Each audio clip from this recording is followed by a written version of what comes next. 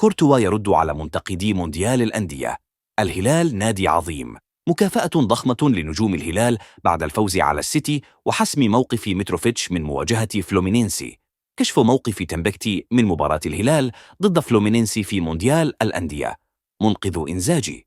قبل موقعة مونديال الأندية، الهلال يخفي مفاجأة مدوية في كواليس الصفقات. السلام عليكم ورحمة الله وبركاته، وصلى الله على سيدنا محمد صلى الله عليه وسلم.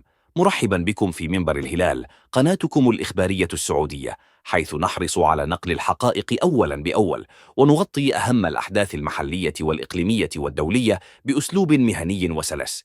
إذا أعجبك المحتوى، لا تنسى تضغط على زر الاشتراك وتفعل الجرس عشان يوصلك كل جديد أول بأول.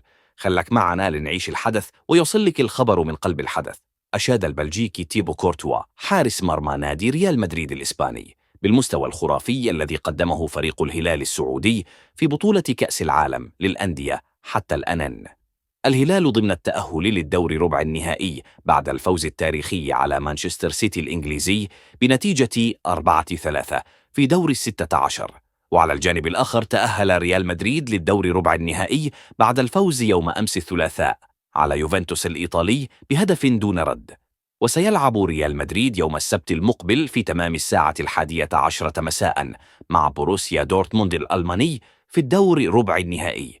وقال كورتوا في حوار مع شبكة دازين الإسبانية بشأن الانتقادات الموجهة لمونديال الأندية: نحن اللاعبون نعرف كرة القدم، نعرف مستوى الفرق. وأضاف: أن كنت ستصدق آراء 4 مستخدمين في تويتر قالوا بأن مستوى المسابقة متدني، فهذا خاطئ. الهلال نادي عظيم، كذلك الأندية البرازيلية. ويستعد الهلال يوم الجمعة المقبل لمواجهة في 10 مساء منافسه فلومينينسي البرازيلي في الدور ربع النهائي. كافأ الهلال نجومه بمبلغ مالي ضخم بعد الفوز على مانشستر سيتي في ثمن نهائي كأس العالم للأندية. وقد كشفت المصادر الصحفية عن موقف مهاجمه ألكسندر متروفيتش من مواجهة ربع النهائي أمام فلومينينسي. كشفت صحيفة الرياضية السعودية عن تقديم الهلال مكافأة ضخمة لنجوم الفريق بعد الفوز على مانشستر سيتي 4-3 في مواجهة دور 16 من كأس العالم للأندية والتأهل إلى ربع النهائي. وأوضحت الصحيفة أن كل لاعب في الفريق سيحصل على 1,000,000 ريال سعودي مكافأة الفوز التاريخي. من جانب آخر، أفادت الرياضية أن فرص لحاق ألكسندر متروفيتش مهاجم الهلال بمواجهة دور الأين أمام فلومينينسي وحتى مواجهة نصف النهائي حال تأهل الفريق تكاد تكون معدومة. المهاجم الصربي كان قد تعرض لإصابة مفاجئة في عضلة الساق قبل يومين من مباراة الهلال الأولى في مونديال الأندية، والتي انتهت بالتعادل 1-1 مع ريال مدريد. كشفت تقارير صحفية صباح اليوم الأربعاء عن تطورات جديدة في موقف حسان تمبكتي مدافع الفريق الأول لكرة القدم بنادي الهلال من المباراة القادمة ضد فلومينينسي البرازيلي في بطولة كأس العالم للأندية. ويستعد نادي الهلال لخوض مباراة غاية في القوة ضد نادي فلومينينسي البرازيلي ضمن لقاءات الدور ربع النهائي لبطولة كأس العالم للأندية التي تستضيفها الولايات المتحدة الأمريكية. أكد الإعلامي الرياضي أحمد العجلان في تغريدة عبر حسابه الرسمي على شبكة التواصل الاجتماعي إكس أن حسان تمبكتي غير جاهز لمباراة الهلال ضد الفريق البرازيلي.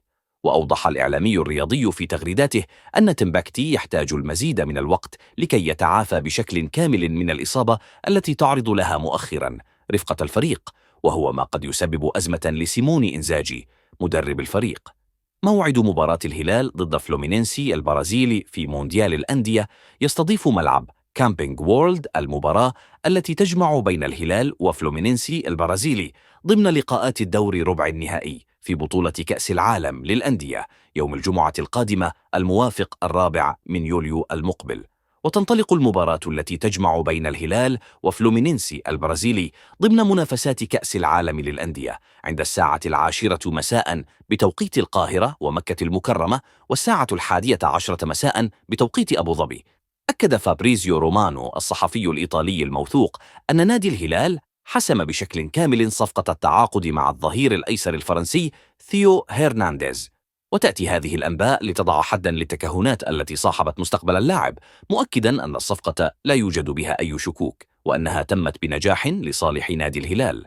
الكشف عن سبب التأخير في الإعلان عن صفقة ثيو هرنانديز. أشار رومانو في تصريحاته إلى أن سبب عدم إعلان الهلال عن الصفقة بشكل رسمي حتى الآن يعود لأسباب تسويقية بحتة.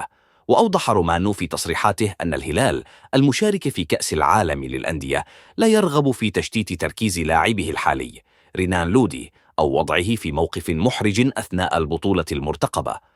وأشار رومانو إلى أن الهلال يتوخى الحذر في توقيت الإعلان عن الصفقات الكبرى لضمان أقصى استفادة تسويقية وإعلامية، ومن المتوقع أن يتم الكشف عن انضمام هرنانديز للفريق في التوقيت الذي تراه الإدارة مناسباً، والذي على الأرجح سيكون بعد انتهاء مشاركة الفريق في كأس العالم للأندية لضمان تسليط الضوء على الصفقة بشكل منفرد ومناسب لحجمها.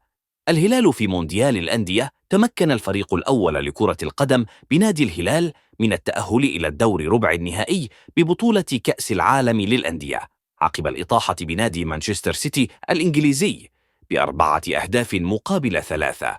ويلتقي الهلال في الدور ربع النهائي ببطولة كأس العالم للأندية مع نادي فلومينينسي البرازيلي يوم الجمعة القادمة الموافق 4 من يوليو الجاري.